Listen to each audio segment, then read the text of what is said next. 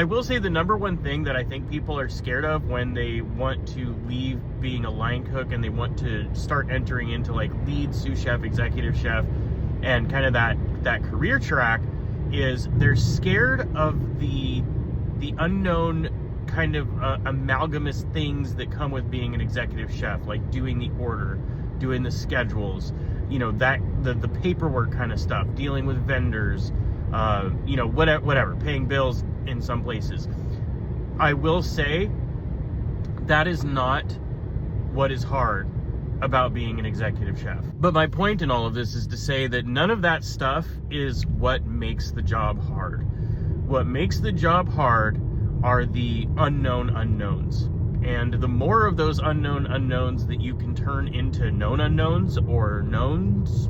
What sparked this is there was a story of this dude that, here, I'll just play a clip. So I was on the closing Saturday night manager shift, me and this other dude, Danny. The corporate events department rented out the entire basement, over 300 of the 500 seats rented out on a Saturday night. Do you know what they forgot to do? I'm gonna tell you, they forgot to close down the reservation portion of Open Table where everyone reserves a table. They forgot to close it. So we had a normal amount of reservations for 522 seats, except we had less than half of the seats to put them in. Had this dude had the forethought to check Open Table and be like, oh, the reservations are still open, we should close those, or, you know, say something to, you know, the person that's in charge of running Open Table, you know, have them shut it down or whatever, that would have saved hours and hours and hours of hell.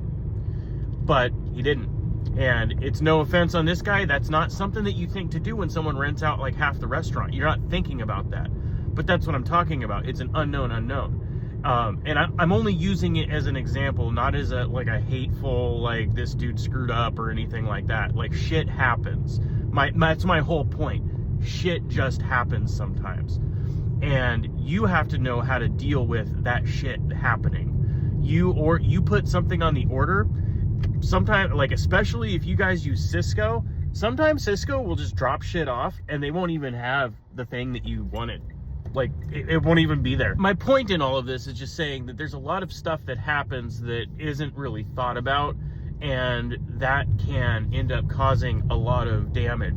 Like, you are the driving force in determining how smooth that kitchen is going to run. And that is what makes the job a lot harder than like the paperwork and the stuff that you have to get trained on if you've never done it before.